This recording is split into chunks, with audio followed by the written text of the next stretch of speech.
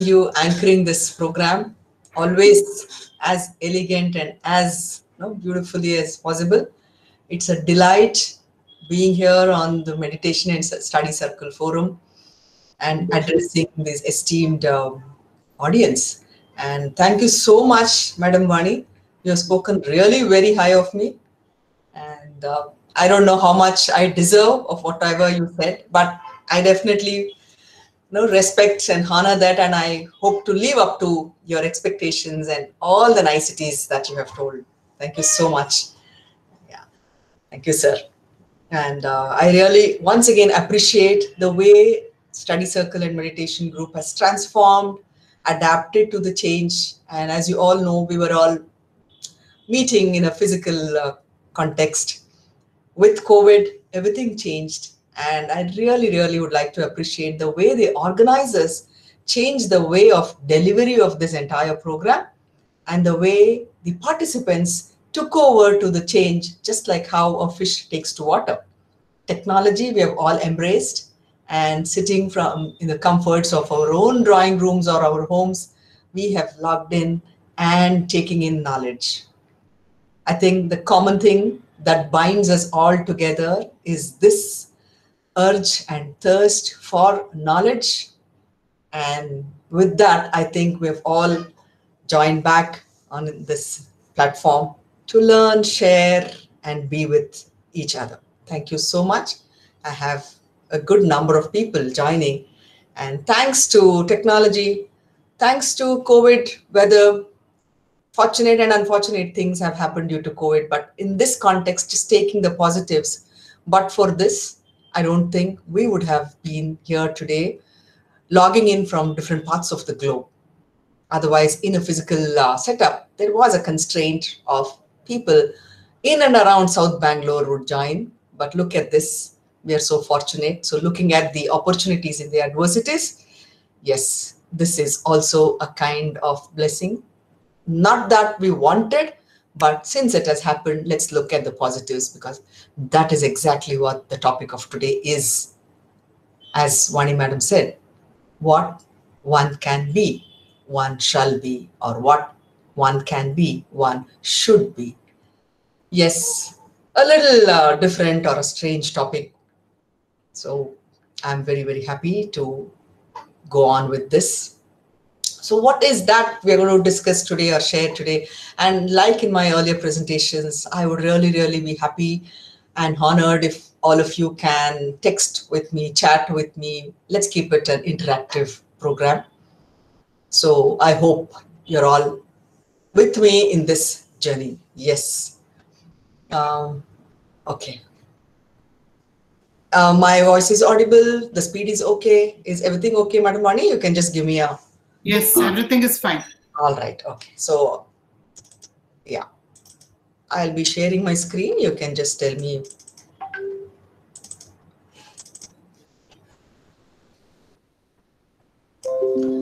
Visible? Yes. Okay. So this is the topic for the day. What can be, one should be. Where is this coming from, and what is it that I'm going to talk to you today about? I'm going to take you a little into psychology, a little into life, a little into the theory of Dr. Abraham Maslow. This is where we are coming from, and this is what we are going to talk majorly about. So, talking about Dr. Abraham Maslow, Maslow was one of the major philosopher, a theorist. So it was he who coined this phrase, or he further developed this particular phrase of what a man can be, he should be. And today we are using it with a slight twist in that phrase, what one can be, one should be. So what is it that we mean by this, and how do we go about this? Let's understand, decipher.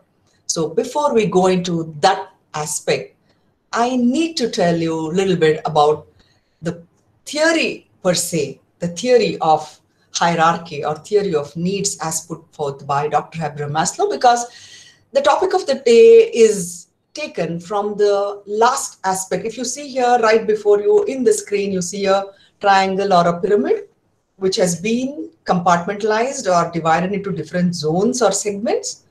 On the topmost part, you see the word self-actualization. So our talk today is majorly about this segment of the pyramid, self-actualization, what one can be, one should be.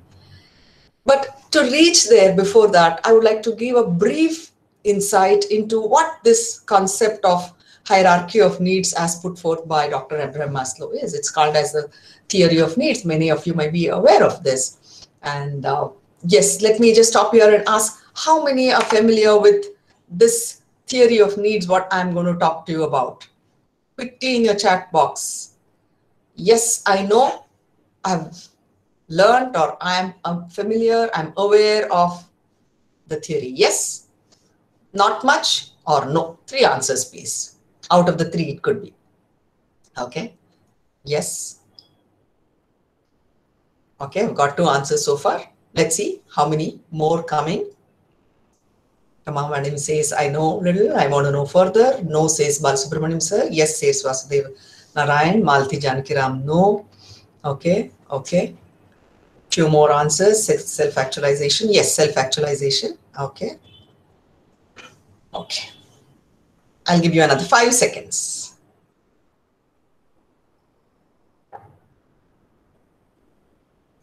Okay. So we have majorly people who want to know more about it. Many say they don't know. So going with the averages, many would like to know. There are people, of course, who know, but also interested in knowing more. So yes, going with the majority, I would like to give a little more time to this particular aspect and then talk about the actual segment, that is a self-actualization. Thank you. Thank you for that quick reply. It really helps so that I can customize based on the way it is required. So thank you so much for, yes, giving me your answers on that. Okay. So we were here. I was talking to you about the Maslow's theory. So Dr. Abraham Maslow says that an individual, irrespective of the age, it could be a child, it could be an adult, it could be anybody. We all in our life, we have certain needs. There are certain needs. There are certain needs which we all require. And he puts this in hierarchy or in different levels. Dr. Maslow says that the basic need of a human being, first and foremost, is for survival, we need to be alive, for we need to breathe, we need to take in air, we need to take food, water, and this is something which is primary, basic, and this he calls as a physiological needs. So, prana, number one is we need to keep breathing. So, if we have to be alive and kicking, we need the basic needs, physiological needs. This is something a child or any human being needs basically. I'm talking about the normal people. When this is met, Dr. Maslow says human beings also need the next higher need, which he calls as the safety needs. We need a comfortable home, a safe atmosphere for a child to grow. Just last year, March 2020, when COVID came around, everybody was anxious. Am I going to be safe? We started following SMS, sanitizing, mask, and say social distancing. So why did we do that? Why did we get so panicky? Why did the schools and colleges close? Because our safety was at stake. So the second most important need of any individual is safety. We need to be safe, secure. So when our basic needs of hunger, thirst is met, and when we are safe, we also want other needs. We also look around for people's love, joy, happiness, connections. So this is something very, very important again. A child needs to be loved. A partner needs to be comforted. A friend needs companionship. So we need emotional needs or the social needs. Without love, affection, joy, companionship, a person is again hollow. So he or she definitely requires the emotional needs. Very, very important. Do we end that with that? Is that all what we need? No. Very importantly, there's a next level of need called as the self-esteem need. Each of us need to feel valued, irrespective of the age. Even a child has that I figure in him. You need to tell a child when you, especially when you're with small children around and you appreciate, you tell the child, you're looking good, especially if you are working in a school or preschool. This is a common scenario. You tell a child, you're wearing a nice frock. 10 other children will come around. Ma'am, how about my shoes? I'm also wearing a new frock. Right from that age till now, each of us have that desire to be appreciated, desire to be recognized, desire to be valued. We want to feel good about it. It could be our postings in FB, it could be whatever it could be. We want to be appreciated and nothing wrong about that. That is one of the basic needs called as a self-esteem needs. Even a simple routine every day or every morning breakfast, a simple thing like upma, when a mother, a wife very lovingly prepares, she expects, oh, today upma is very well made. Coffee is nice, just the right temperature. I love the flavor of the chai, evening chai. It's so nice. It could be that regular, everyday 5 p.m. chai you're drinking, but when genuinely it is appreciated, the person who has served, who has prepared, feels so good about himself or herself, feels valued. This is called as self-esteem, and inbuilt, we are all programmed to feel good about this kind of appreciation. We want to be valued, we want to be respected, we want to be appreciated. At this juncture, I stop and ask you all the question, do you agree with these needs, what I have been telling?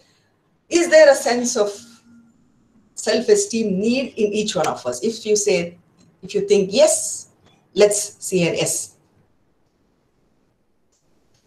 Yeah, I need to be appreciated. I feel valued. It's important to me. My children, for them it is important. Yes, absolutely. Self-esteem is something, when you make a dent in that self-esteem, it's like puncturing a balloon. Everything is lost. Brilliant. Yes. Yes. Self-esteem is so very important. How often do we stop and give that genuine appreciation to somebody who's deserving? How often do we experience? What is a message we give to that image we see in the mirror every day? Do we give a positive stroke to that image of myself whom I see in the mirror? Or am I being very, very critical? Let's stop for a while. Just pause for 10 seconds, close your eyes, and be very genuine.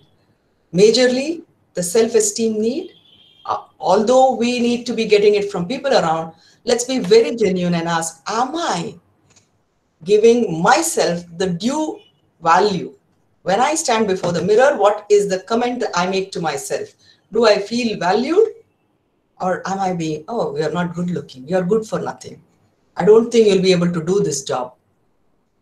5 seconds, close your eyes, imagine yourself standing before a mirror, and what is a comment we generally make? Let's try it out. Do you appreciate what you see in the mirror? Like Yes. to we like Yes. to be beautiful. Would you like to say something, sir? Yes, we like to be beautiful and Yes. want You would to like to be beautiful. appreciate. Appreciate. Very true. Very true. So a couple of messages. Let me see what answers. What is a message you give to yourself when you stand before? I value myself. I love myself. Good. I feel valued. Very nice, sir. Great. Great. That is something very, very important. If we do not value our own self, we cannot be expecting somebody else to value us. So it's very important that self-esteem is to be anchored, and it's really, really important. So this Dr. Abraham Maslow calls as the next need, that is the self-esteem need. And it starts from me. It starts from myself, very importantly. Does that end there? Do our ends need there? Oh, sorry, do our needs end there? No, it goes further. And that is what he calls as the self-actualization. When all the other basic needs, safety needs, emotional needs are met, when we have achieved success in life, when we have done whatever that was giving us recognition, reputation, honor, when we have enjoyed all that, is there anything further than that which keeps us going? Dr. Abraham Maslow says there is another important need. Of course, he has added even one about the self-actualization, but today we are only limiting it to self-actualization. And he says, after the needs of esteem is met, the self-actualization is something that is very much required, and many people don't even reach that stage. So what is this self-actualization? How do we acquire this is the main crux of today's topic. As I was telling you, basically Maslow believed that all human beings are good and everybody is programmed to reach this stage or drive for that self-actualization. So what do we do? How do we reach this is what we're going to next discuss in the next part of the talk. So just to tell you what self-actualization is, it is generally thought as a complete realization of one's creative, intellectual, social abilities. It is just a better or a further improved version of one's own self. It's a better version of our own self. And where is that desire to become a better version coming from? It is not coming from any external sources. I am trying to do something in the pure pursuit of joy and happiness. So when an individual is taking up a hobby or doing some kind of a job or an act for the sheer reason that it keeps him or her happy, not because of any trophies, not because of any recognition, not because of any pat on the back, but I simply get into a particular work or a deed or any kind just for the sake of it, because I like doing it. And that is when the best part of me is visible. That's when I can forget myself. So it is that very moment, or it is that very job or deed where you forget your own self, or you love doing it, not because you are required to do, not because you are paid to do, not because you're expected to do, but because you enjoy doing it. That is what, in short, in a very brief way, self-actualization is. So when we can reach that version of myself where I'm just doing things because I enjoy doing it, and that is when the best part of me is visible, is self-actualization. In fact, it is more of an intrinsic growth, unfolding of one's own self, and it is something what is already in the organism, or to be more precise, it is what you are actually. Becoming a better and the best version of one's own self is self-actualization. If that is so, we are going to see how we are going to manifest this, or how we are going to do this is what we are going to talk about. Many a times you would have seen people working around. It could be a painting, it could be knitting, crochet, cooking, taking care of your grandchildren, it could be gardening, it could be anything. You do it just because you enjoy doing it. Look at Madam Vani and Vasudev sir. Relentlessly, for more than 3 decades, they have been organizing these satsangs. Week after week, day after day. What brings them? What drives them? What is it? You ask them. That is a simple and a fabulous example of self-actualization. They are deriving pleasure, they are seeing themselves, they are doing it for the simple pursuit of happiness. It's not because you and me are asking for it, it's not because of anything, it's because they enjoy doing it, and that's the best part of them. So, self-actualization, simply put, becoming a better version of yourself, doing something just because I enjoy doing it, and that is the real me. I stop here once again and I ask you quickly with your hands on your chat box, what is it that one or two things you would love to do where you forget yourself? You don't know what's happening around. You're absolutely lost in that. It could be just listening to music, just an example I'm giving you. It could be as simple as that. It need not be anything great and complicated. So let's get from you all, what is it where I find sheer pleasure and happiness? Designing and meditation, cooking, brilliant. Nirmala ma'am, cooking is really therapeutic, I'm told. Love reading. I love myself. Okay, reading books, reading scriptures. Yes, where the time and space have no meaning. I'm lost. I enjoy doing that. Teaching and cooking. Yes, teaching and cooking. Coding and reading philosophical books. Look at the wide variety of answers. Executing projects. Meditating. Music that I love. Brilliant, isn't it? Aren't these are our inner callings? If we are able to find sheer happiness in this, that is what we should be pursuing more and more. Thank you. Once again, thank you so much for all your answers. And that is where your actual interest, your true spirits are. Thank you so much. So, yes,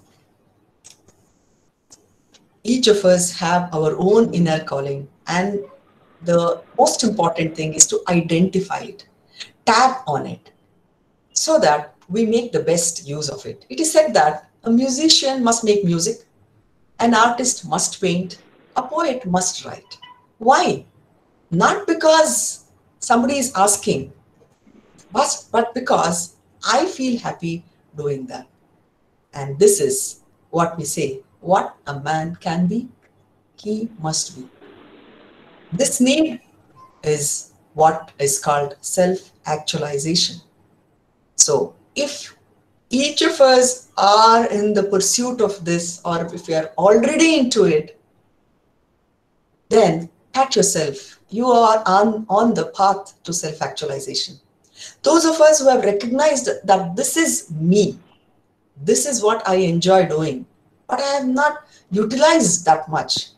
This is where you should be spending more time of yours, because this is true you. Very, very importantly. So, what's me? There are things, as you rightly said, we do it because they are the right thing to do. Nobody is looking for a certificate or a payment or anything. Inside each of us, there is this desire to experience the purpose and meaning. Many a times as children, we have nurtured some kind of a desire, wanted to learn a musical instrument, or I wanted to travel, I wanted to do this, but I couldn't. At this thing, can we stop and ask? I'm going to talk to you about the second and the third question right now. Ask yourself, if you could not fail, what is it that I would be doing? And the second one, ask yourself, what have you naturally found interesting since childhood? So these two questions I'm going to take, and then I'm going to get back to you with your answers. So two questions for you right now is, what is it that you naturally found interesting since childhood? It could be anything. Again, go back to your childhood, look for your answers. And the next question I'm asking is, if you did not have the fear of failure, what is it that you would do?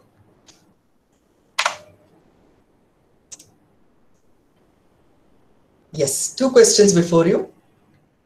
I'll give you 30 seconds to give me the answers for that.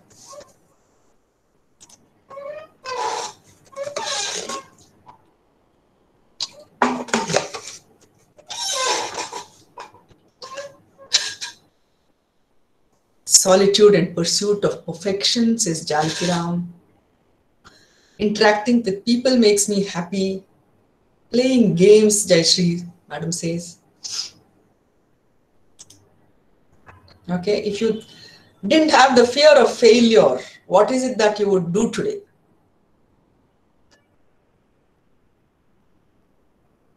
Okay, playing games, dancing.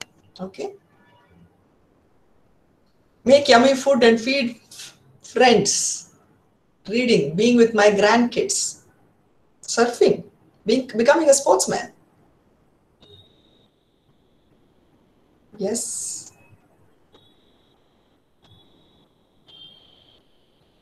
Yeah, last 5 seconds for your answers. Politician. Yes, if I didn't have the fear of failure, Jayashree madam says I would have been a politician. Good, interesting. So, going ahead. So, as children, we have all nurtured different desires. Gida belusudu, adge madodu. Okay, thank you. We've all nurtured. But life took different paths. We have manifested or realized some of those, and some did not materialize. But there is that child still in us. The next 5 seconds, close your eyes and bring to your mind a photograph of yours, childhood photograph of yours, whichever you can remember, as no earliest as possible, the first year, fifth year, whichever photograph you have. Bring your childhood picture to your mind. Close your eyes, bring your childhood picture, photo to your mind. Take a look at that baby or that toddler or that young child in that photograph. Yes, do you see that picture very clearly? Yes. Now let's say, is the child who is in the picture and the person, you, are there any changes? If so, what are the changes? There are changes in your physical self? Yes. Your intellectual self? Yes. You're much more knowledgeable, qualified, aged, matured. Physically, there is a lot of change. Do you remain the same, or have you changed many times? Can you recognize that little boy or little girl? Are you the same with respect to size, physique, temperament? Quick answers, please.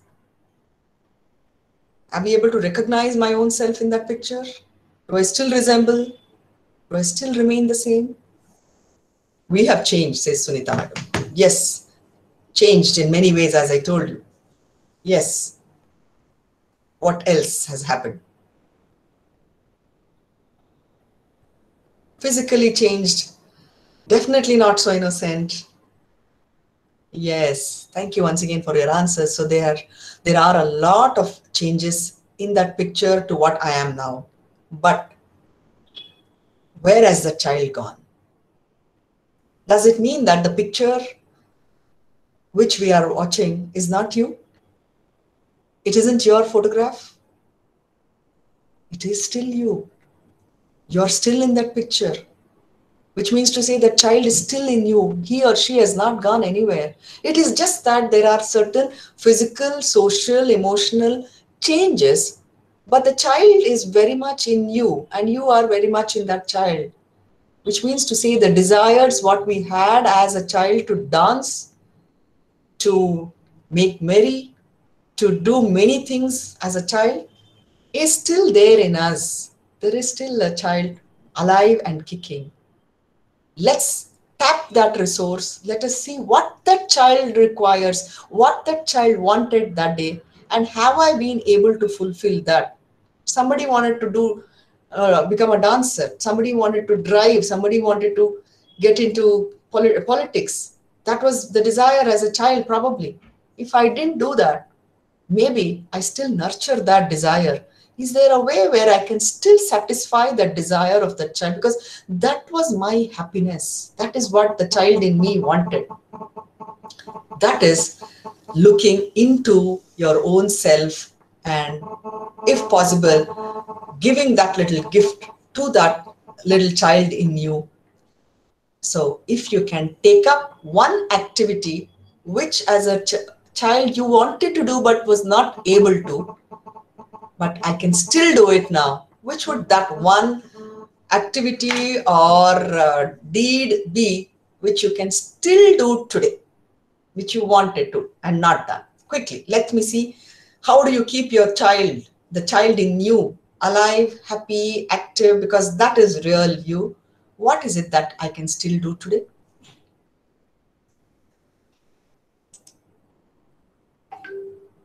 Traveling, yes, ma'am. Sunita, ma'am, yes, irrespective of your age, we can still travel. If I am 70 plus or more than that, there is no number, there is no ideal time to travel, of course. But if you think your age is putting limitations to your travel plans, there are trips, there are managers, event managers who tailor make, custom make your travel plans to suit your age, to the kind of the events or places you want to, and what you can actually afford in terms of your health and age. So it's still possible. There are many ways. Virtual tours are available if you're confined for various reasons to your own home and your room. There are virtual tours available. Yes, take leading activities in society, says Jai Shriman. Definitely taking leading activities in society. As a child, I always wanted to reach out and be helpful and bring smile and cheer onto many people's life. And somehow life tied me down to various responsibilities. And that is what my true happiness is. And I can still do or take active part in activities in society. Trust me, believe me, there are lots of people, millions of people who need that little help from each of us. A small way, it need not be a huge contribution, it need not be a huge philanthropic activity. A small little help is something a person needs, and it can make a huge difference in the life of someone. It is said that the best exercise for the heart is to bend down and lift somebody who is lower than you. So, madam, definitely taking active role in societal activities can definitely elevate your happiness. Telling stories to children and keeping them engrossed, a simple activity, a deed like that. Nirmala ma'am says that telling stories, very, very important. And you rightly said, ma'am, it might give you that happiness, but today it is said that storytelling is one of the very important and the wonderful ways of teaching life lessons. Today, the corporates, the management is using the storytelling techniques, storytelling methodologies to give key lessons in life. So if you are good in that, yes, the world is waiting to listen to the stories. Stories from mythology to stories of real life, stories to real heroes. It is required, and that's a powerful medium. And if you are a good storyteller, do that. Put it up on Facebook, record your audios, release it on YouTube. Yes, that is your true ikigai. I'm going to talk a little bit about ikigai later. So that is your true calling. Definitely, it can give you a lot of happiness. Become a good speaker. Guru Siddhaya sir says, becoming a good speaker. Yes, you always nourished or cherished this particular desire to be a good speaker, but somewhere, somehow, it did not materialize. It's never too late. Today, we have great speakers who just took up to public speaking in their late 60s, but have accomplished that. So, definitely, just to clarify, when I said rented, okay, referring to body. Okay, thank you, thank you. So, great, wonderful. So this was just to tell you all that anything is possible, even now, irrespective of whatever our age is. So what is it that we need to do is, first and foremost, fulfill your deficiency need first, the earlier needs of physiological, the safety needs. Take care of those needs first. When it is fine, comfortable for you to venture further, ask yourself, what is it that makes me or keeps me going? What is it that naturally comes to me? And then please move towards that, pursue that relentlessly, and it is possible. So this is called as a self-actualization circuit.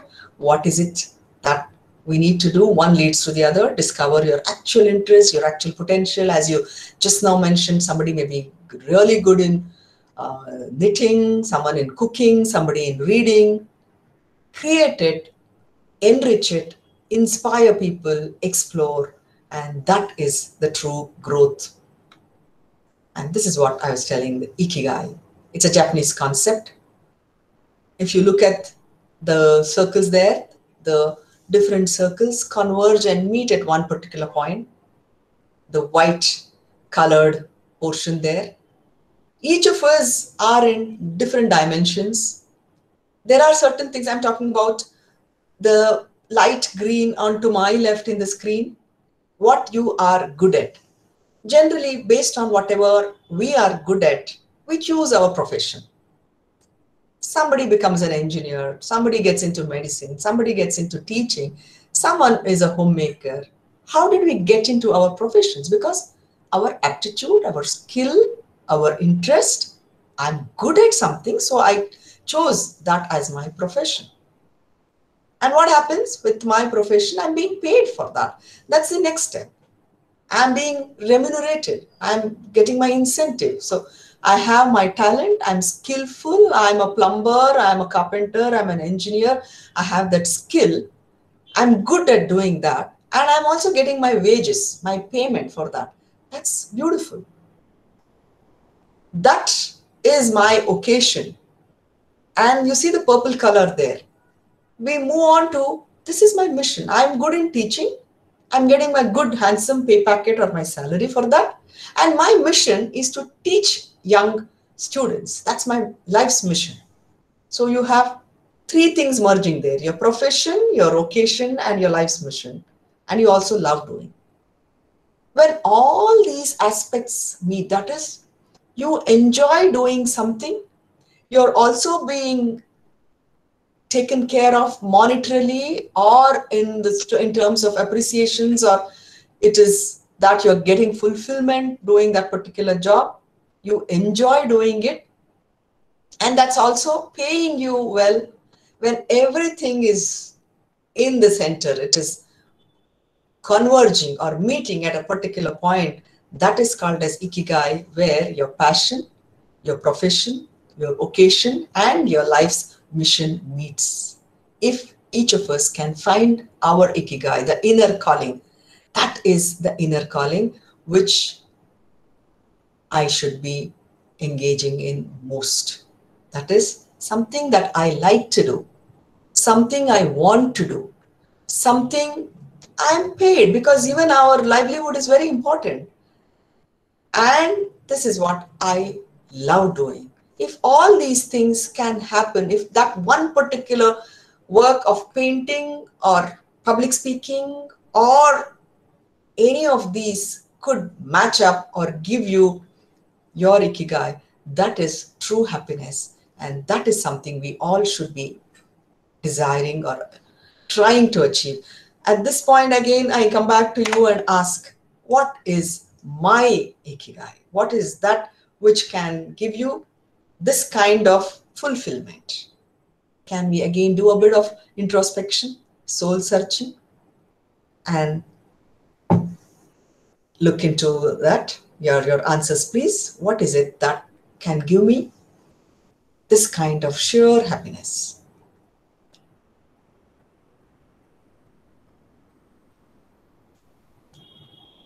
That's my true calling. Yes, self-realization.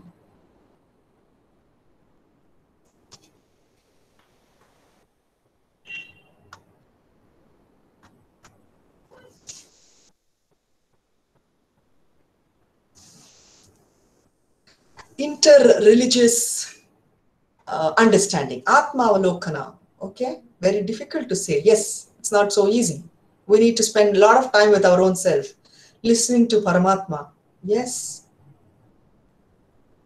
sharing knowledge. Wonderful. Sharing knowledge. This is where I forget myself.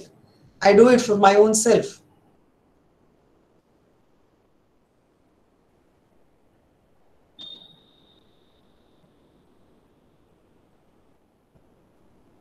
ಅದಕ್ಕೆ ಹೇಳ್ತಾರಲ್ಲ, ಯಾರು ಕೇಳಲಿ ಎಂದು ನಾ ಹಾಡುವುದಿಲ್ಲ ಅಂತ. That's exactly. ಹಾಡುವೆನು ನಾ ಮೈ ಮರೆತು. That is what we are talking about. Yes, we will come back to what can be done. Understanding the Sanskrit texts, shlokas. Yes. Okay, thank you. Thanks for that. So we need to find out that inner calling. That is something very important. This is something very personal. Each of us need to find out this. For this, very importantly, spending time with your own self. The first or the early moments of the day is when your intuition is stronger. That is the best time. Spend time with your own self. Maintain a journal or a log or a diary where you write down your thoughts. What is it that makes me happy? What is it that gives me true happiness? So put down those points. Spend some time with yourself. Listen to your own inner voice. Listen to music or something which calms you down. So this is when our thought processes are kind of settled, we are comfortable with our own self. That is when we are able to understand ourselves better. So it is said that never give up on something you really want. It may be difficult to wait, but you know what's even more difficult is regret. Regret that I did not do this. Regret that I was not able to accomplish this. It is something which is going to stay with us. So very importantly, let us not give up on something that I really want. It's never too late. Never too late. If you really strongly wish that you should have done something, this is the right time to do it. I believe there was this program that was happening, 15 days program on self-realization, personality development, you call it whatever. So it was the 14th day, last but one day, the 14th day. And the facilitator was conducting the program, was organizing it. He gave a little task to people. He said that, today I'm giving you this little task. The task is, list out the different mistakes or sins each of you have done, which you regret doing it. It could be any time of your life. I've done this mistake and I really regret doing that, and I'm guilty of this mistake which I've done intentionally or unintentionally. It could be maybe having a fight, not talking to somebody, or whatever it could be. A guilt which you're carrying, a regret which you're carrying. So make a list of that. So people, the participants who were in this workshop or the program or the satsang, made a list of the regrets or the guilt. The next assignment was, he said, out of the list you have made, pick up the topmost guilt or regret you have, and in the next 24 hours, work on that and see if you can amend it or correct it. So choose the first one and then see if you can rework on that regret. Come back and share it tomorrow, the last day of our program. So the 15th day, the last day, comes all the participants, one person who comes forward to share is given this opportunity. He is chosen by the facilitator. Mr. Rao is one of the people. He happens to be a CEO of a big company. He's now in his 50s, a very well accomplished individual, a CEO of a multinational company. And he has listed his list of regrets or guilt. And the assignment was the first one, whatever is your topmost guilt or regret, you need to amend it and come back and share. So now Mr. Rao is standing before us to share. And he says this, the topmost regret I have in life is, or I had in life is, when I was a child of 13 years, I was in a residential school and I was a part of a boisterous, a mischievous gang of five boys. We were always, very mischievous. I mean, that's the age, like, and very noisy in class. And somehow, majority of the teachers would tolerate. But there was this physical education master, the PT instructor, this gentleman, who always, came in the way of our enjoyment. Any mistake, he would make us run around the playground three times and then sit and woodbys and all those exercises he would do. And we hated this master. So one fine day, all these five boys decided that we are going to really do something very, very nasty for this PT master because he's always after us. Of course, with a good intention, the teacher was doing it. But as boys of that age, they didn't like it. So they all decided that we are going to defame this teacher. So what did they decide? The school and the faculty lived in a campus. So it was a residential and staff quarters. So they all decided that this evening, tonight, we are going to go up the terrace of this gentleman, the physical education teacher.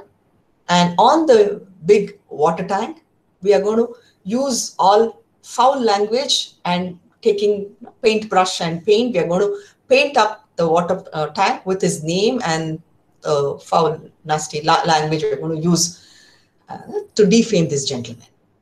And these boys actually did that. They planned, got up in the night, went up the terrace, and on the huge water tank, they painted all abusive words and languages with this teacher's name, and they came back. They felt a sense of accomplishment that day. They felt we have done something great that day.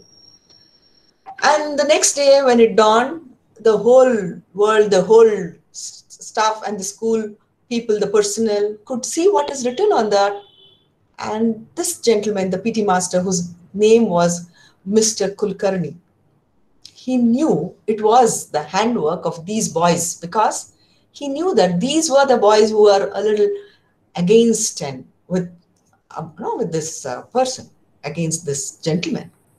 So the next day morning, all these five boys were called to principal's chamber, and the principal, the headmaster, reprimanded them, and they said, and the moment they were summoned before the principal, all the five boys, out of them, except Mr.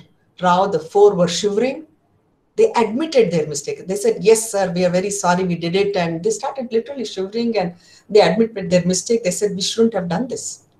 And the headmaster punished them. They were, for a day, they were sent out and the parents were called and they were sent out of the class for a day. That was a punishment they all got. But unfortunately, this friend, that is our friend Mr. Rao, denied his involvement in this. He said, I really don't know how this happened. I am unaware of it. I'm not part of whatever that has happened. He said he was innocent of this. He was unaware of it. He was not at all ready to accept the mistake. The four boys were rusticated. They were punished, but they were back. After, now our friend Rao is in his 50s. This incident happened when he was 13 or 14. So almost 40 years have passed by. And after 40 years, when the facilitator asks this group of people, list out your regrets and identify the top one, our friend Rao has listed this particular incident as the topmost guilt, the topmost regret he has in life. Amazing, isn't it? How much we carry in our minds, how much of baggage we hold, how much of unresolved fears or desires we carry. So the next assignment the facilitator had given him or given the group was, see if you can rework or amend it, whatever the guilt, if you can undo it. So our friend Mr. Rao has worked last evening on the particular guilt. So he's sharing it next. So he goes further. So this was a guilt I had. So I really wanted to rework on that because that was the instruction and assignment that was given. So last evening, when I went back after the session, I randomly I took out the telephone directory and randomly it started calling out all Mr. Kulkarnis. I took up the telephone directory. 30 or 40 years have passed. I really don't know if Mr. Kulkarni is still alive. I don't know in which part of the city or place he's in, but I still picked up the telephone directory and I started dialing all people or randomly, say 30, 40 people with surname Kulkarni. And many calls were, no, it was just waste calls because somebody picked up and I would ask them, are you Mr. Kulkarni, who was a physical education teacher, etc., in 1970s in this particular school? And sorry, wrong number, sorry, wrong number. The same thing happened. And at last, one particular phone call, I made a phone call to one particular person. I was truly, lost. I thought I'm not going to be successful this evening. But I made a call to this particular number, Mr. Kulkarni, and said, Sir, 1978, this particular residential school, were you the physical education teacher by name? Oh, yes. So do you remember a particular incident where on the water tank, do you remember, I am Ra? And you know what happened from the other side? The other side, Mr. Kulkarni, in a very frail voice, now he is in his late 70s, he said, my dear son, Rao, I was just waiting for this call from you because I knew that the 4 children escaped with a light heart, but I knew, my dear son, you're still holding on to it. So I'm so glad that you called me. What is it that Rao was holding on?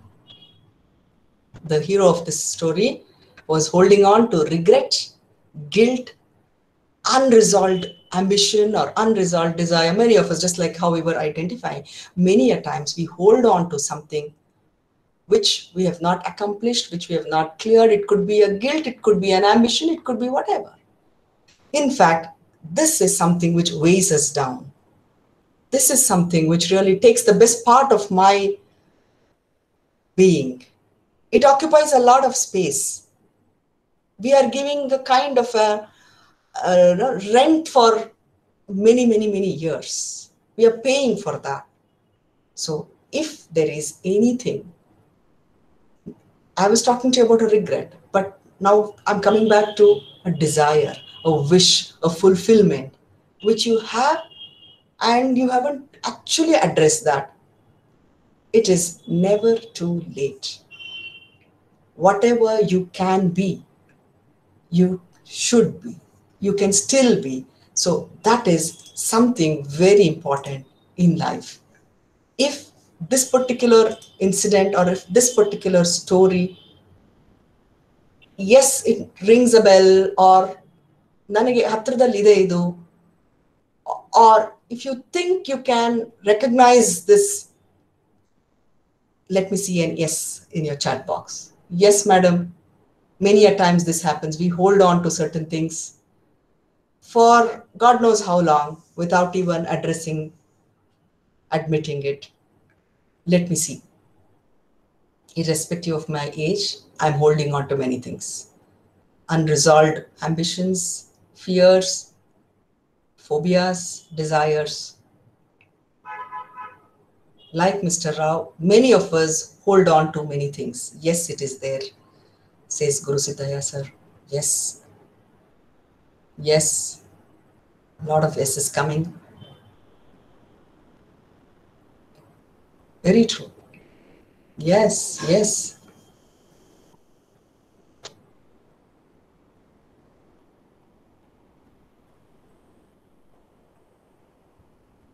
Yes. Truly.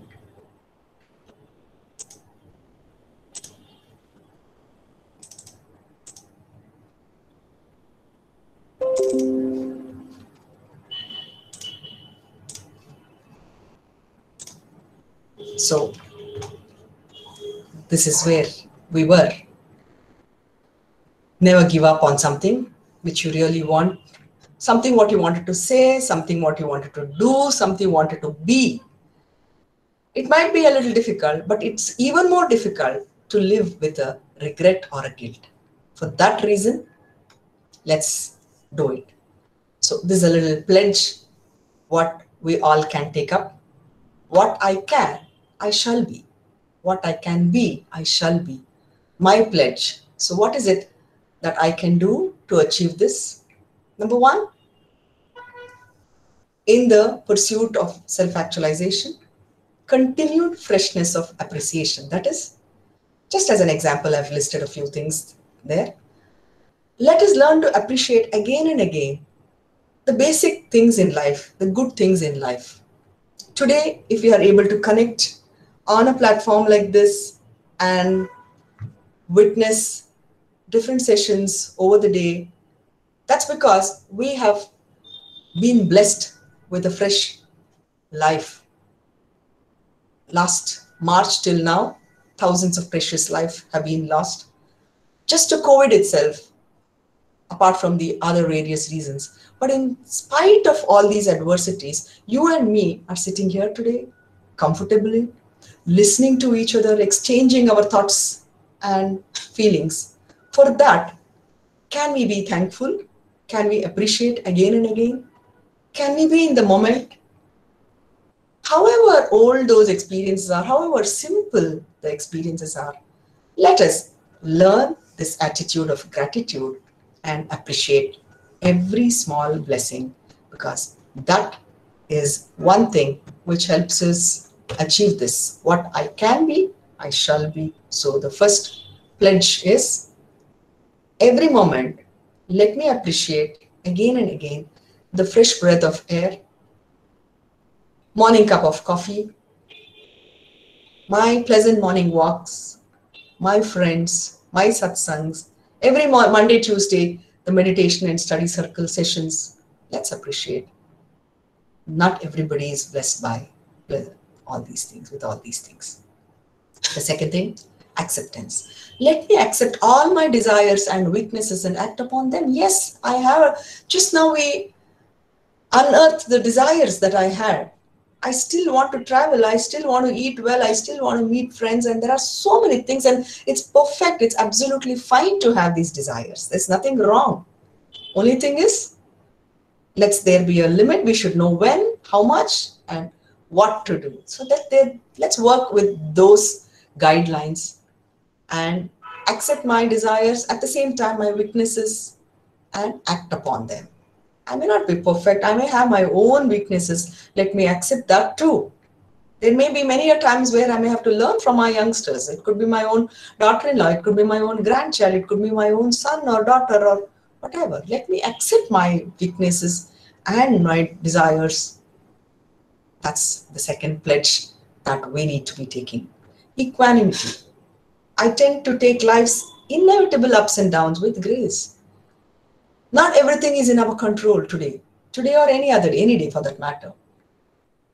Things are not in control. Events are not in our control. Day and night is not in our control. Seasons are not in our control. When nothing major is in our control, how do we expect other things to be in our control? I can't even stop the next second slipping from my timeline.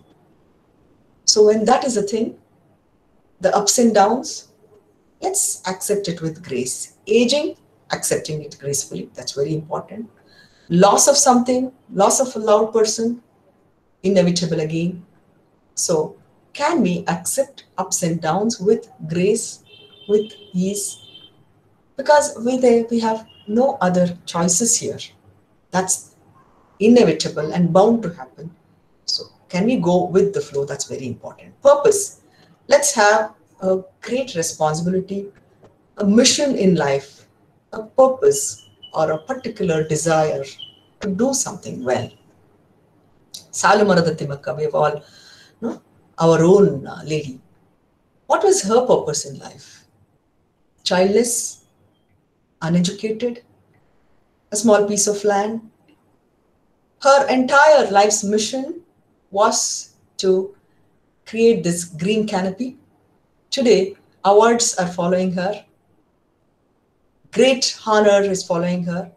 But it's not for the sake of these honors or accomplishment this lady is working. It is that purpose in her life to nurture thousands of trees. Each and every sapling I have nurtured like my own child. is what Timaka says. So we can have a small or a big purpose in life. If you don't have one, again, sit with your own self, identify that inner calling. That's very, very important. Humanitarianism, a genuine desire to help the human race. I saw a couple of your answers where you said, yes, I want to help out. Yes, altruistic nature, that is something, a desire to help people, human race, in whatever way we can. People do require help. Even if you think that I am poor, I don't have anything to give. I don't think any of us are so much in poverty where we can't even give a smile to people. Your smile is much wanted. A hands across the shoulder is much wanted. Listening to somebody is most desired. There are people who lack all these simple things which really don't require any money. So, can we do this? That could be our inner calling. Peak experiences. I have often experienced in which I feel new horizons and possibilities. When I do something, when I'm gardening, when I'm just nurturing this particular plant, and tomorrow when the nice hibiscus flower blooms, I spend hours just looking at that.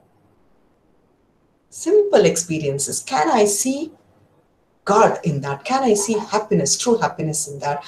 In the smile of a baby, in a plant, in a pet, it could be anything. That's a pledge we should be taking.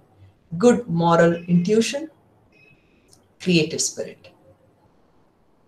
Creating anything differently. It could be a simple, sweet preparation, your coffee tea. It could be a painting. It could be a taking care of your home, your interiors, whatever it could be. Can I give my personal touch to it? These are simple steps or promises if each of us can make to our own self, which can remind us, I think this is going to give us a real set of happiness. Very importantly, take care of your body to exercise through your exercise. Take care of your mind to self-actualize. Only when our body and mind are in sync, we are able to transcend and reach the next level. But whatever one can be, one shall be, and one can be. And it's never too late. And each of you really, really deserve that path for our own self. And it's not for anybody's appreciation we are doing it. It's just for our own self, because end of the day, you are the trusted friend. You are your own true friend.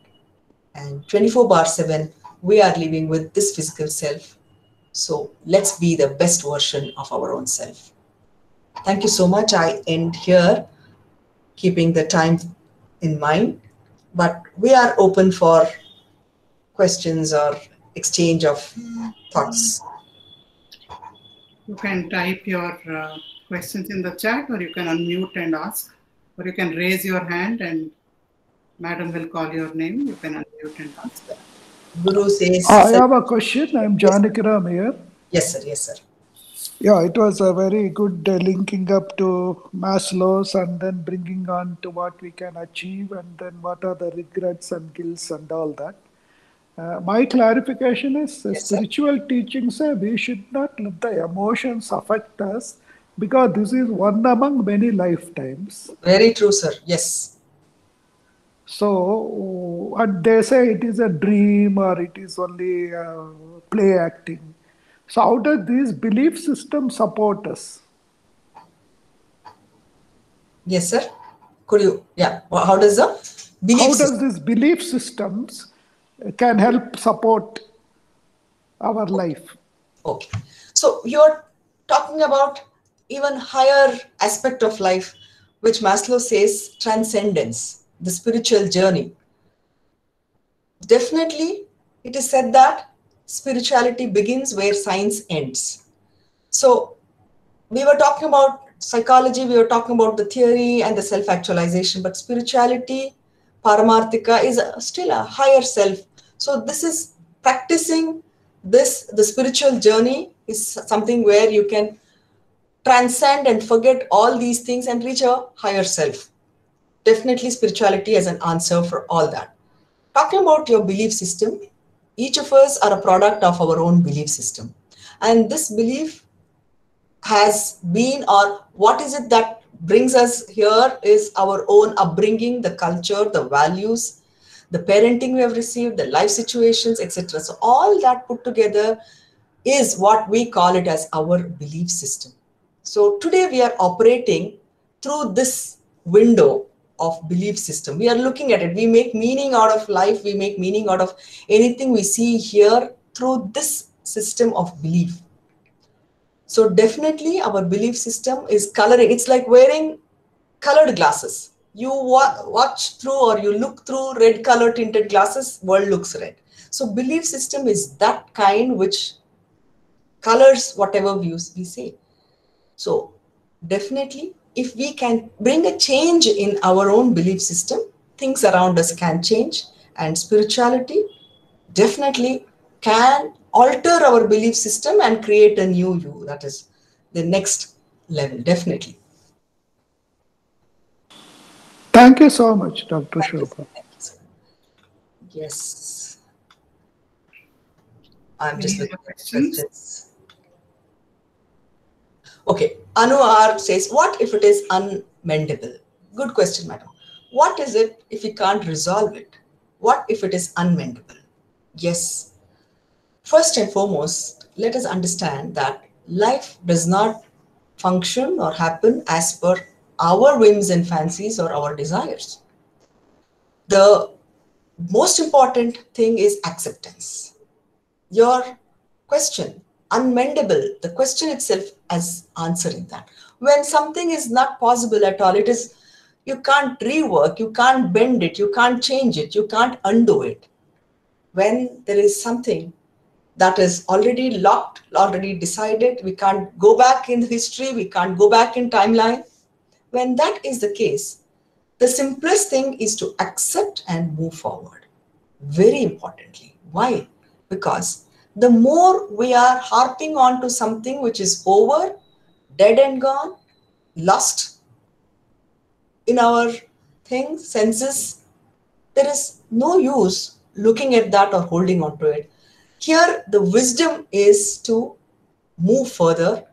For that, very importantly, we need to understand, differentiate between what is possible, what can be changed, what cannot be changed.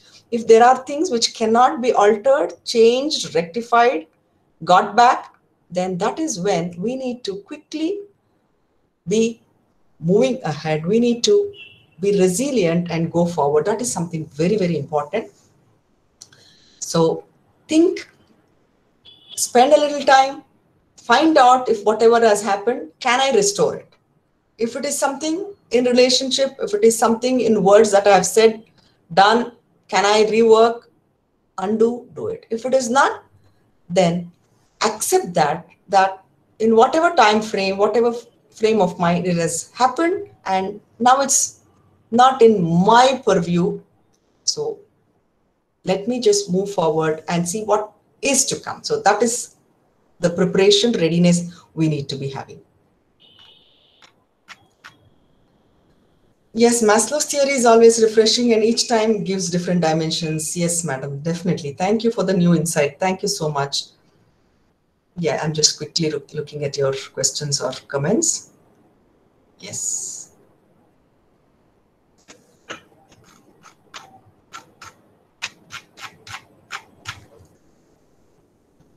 Yes. So each day, can we spend a little time looking at what is it that I could be doing to become a better version of myself? If you can figure out that one particular thing, pick up one particular aspect or one particular task and do it with 100% involvement, I'm sure in the days to come, we can definitely be what we have to be or we need to be.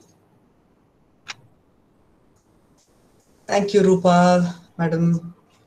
Yes, anything else the esteemed audience want to share? We still have a few minutes. question from Anu RS on the chat. Yes, ma'am. Did I miss it? Okay. Please tell Most, me. most of the time, Huh? the things we like to do does not fetch us any money. Yes. Yes. Many a times, the things which we like to do does not fetch us any money.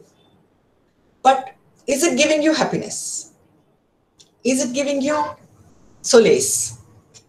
If so, then can we engage in that? There are skills for livelihood. There are life skills too. There are these skills or those things which we do which gives us monetary benefits.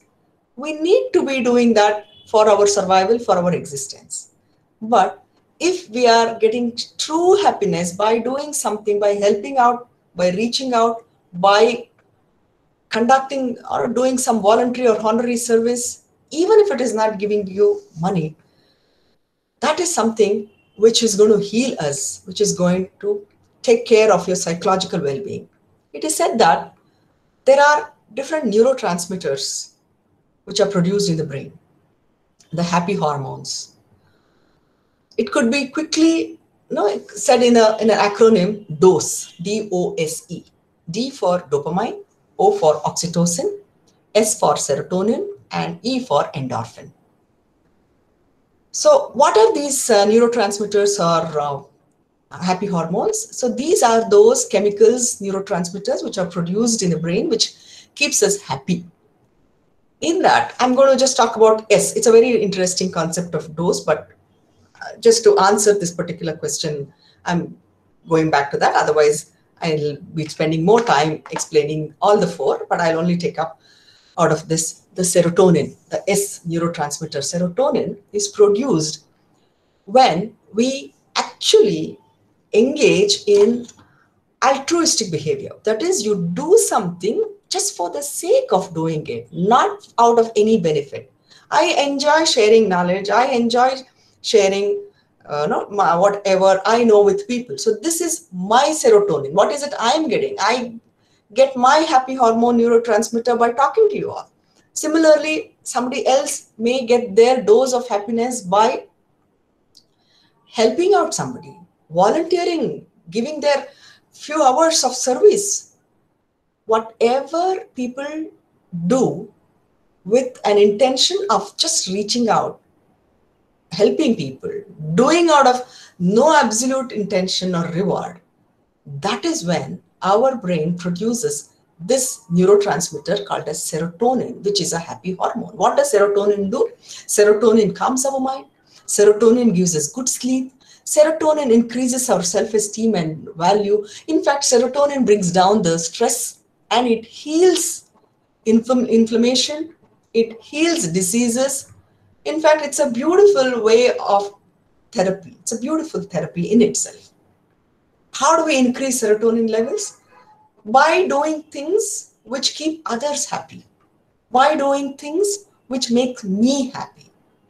So definitely, so many things are there in life which does not fetch you money, but it gives you those things which are more valuable than money. Can you price or put a price tag for the joy which you get when you share or you happily give that sari to your maid at home? It's a sari which is really nice, but you have worn it many times and you don't require it, and you happily give it still in a very good condition. You give it to her. Even that old sari which you have just giving it to her, this brings a lot of happiness onto this lady's mind. Or you require that piece of work, but you still donate it to somebody. The kind of happiness that you could give on to that person is not just benefiting her, but in turn it is increasing the serotonin levels in us. So definitely not everything can be valued with money. You can put a price tag for this mobile. You can put a price tag to our objects, the tangible ones, but we may not be able to put a price tag for these things which we spread around: the joy, the knowledge, the wisdom, the happiness. these are priceless. So sharing these priceless things with people definitely does a lot of good which money cannot buy. So for that sake, indulge more in these. But at the same time, take care of your livelihood. You need things to survive too. But when we have enough of these, we need to reach out, because that is what is going to truly keep us happy and healthy. Yes, hope I've answered your question, Madam Manu. She says yes. She says thank you, very insightful. Okay, thank you so much. 7:50, we need to. Dr. Shobha, just one question. Yes, The second attribute for what we can be, yes. that is the acceptance that you mentioned in the last but one slide. Okay. Yeah, the regret is the main, the chief cause of regret is non-acceptance. So is there, there are so many layers and layers of non-acceptance. Is there a technique or any procedure that you would recommend to overcome this non-acceptance and step into acceptance? Okay.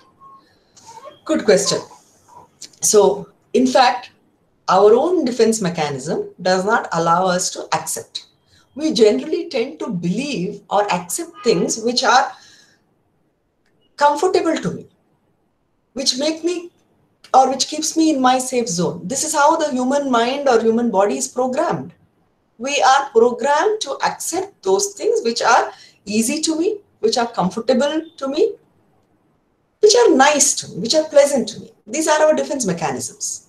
Rejection, denial, non-acceptance. This is how we are programmed. So, number one, first tick in the box is, yes, there are layers. I have this non-acceptance. I cannot quickly buy this idea. So if you are in that, or if anyone is in that space, again, put yourself a check mark or a tick mark, because this is how a human mind is programmed. That is the survival instinct. So having accepted that, how do we go further? Yes, now that this is okay, it's okay to be this, it's okay to be in the non-acceptance zone. But I would like to amend, I would like to change. So what is it that I should be doing is go back into that particular incident or that space of life and see if we can undo that. If it's with a person or with people, and if they are around you or if they are in your contact zone, see if you can just make a confession. Very importantly, many a times we are holding on to these negatives, thinking, how do I bring it up? Make a confession. A honest confession is something very, very, very therapeutic. So it could be just picking up that phone, calling this person and saying that it has happened many, many years back or whatever. So can I make that honest confession? If it is very difficult to do that, can I pen a letter, a mail? Can I do that? So again, it comes with acceptance, and we need to, it's a work in progress. We need to do that. So can I try doing that? It is something which is over. I can't even do anything about that. The person is no more. The event is too old. Or the next thing is to again accept and live it to the higher level or the Almighty. Yes, in my own sphere, as a human being at this juncture, I was unable to do things.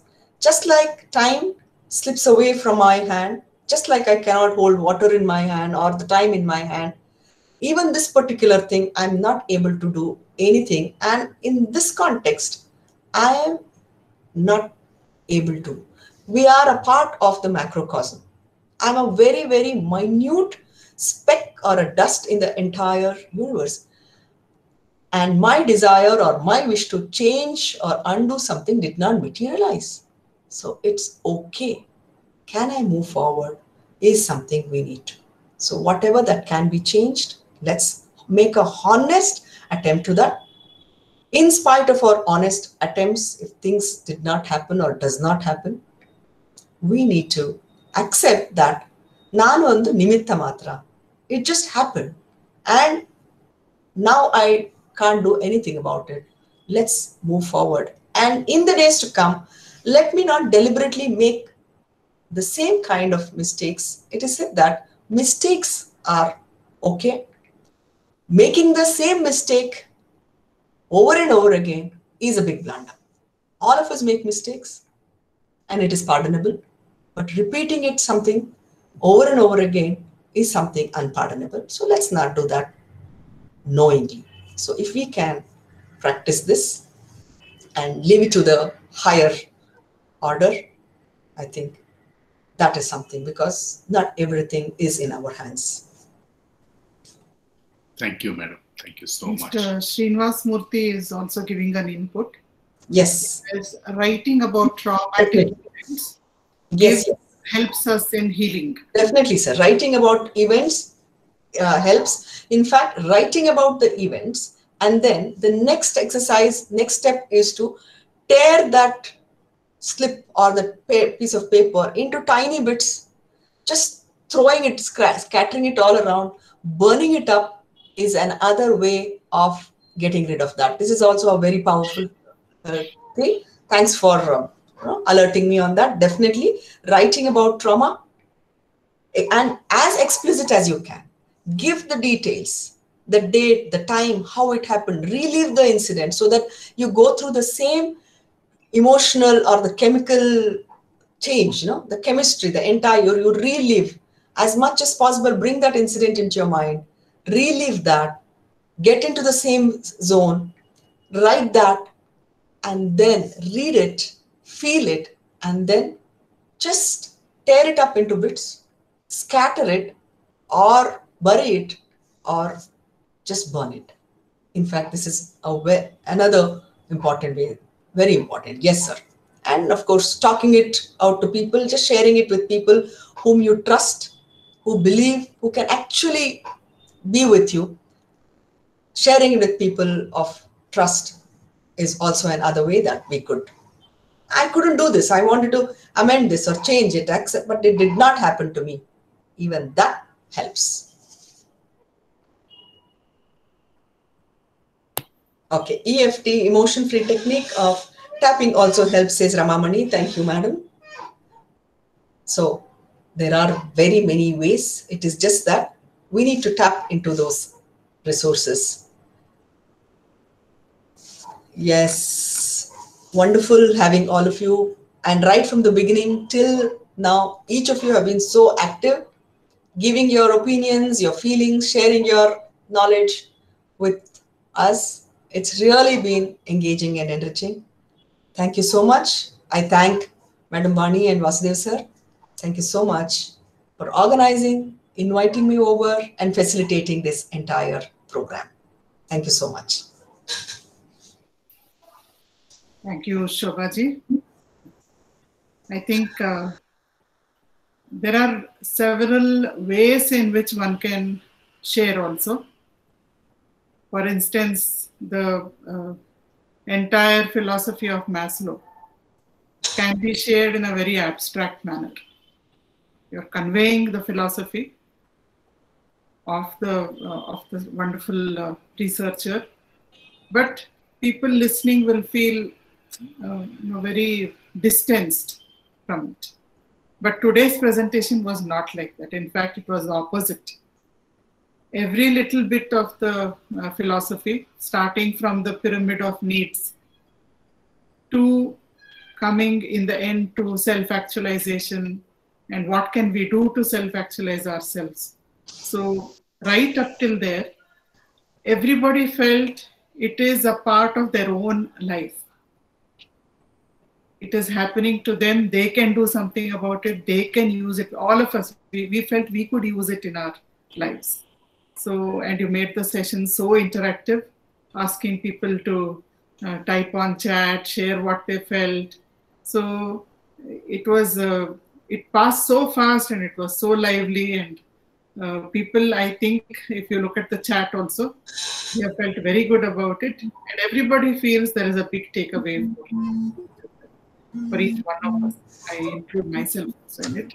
So I think it is a really wonderful, inspiring, practical, down to earth session.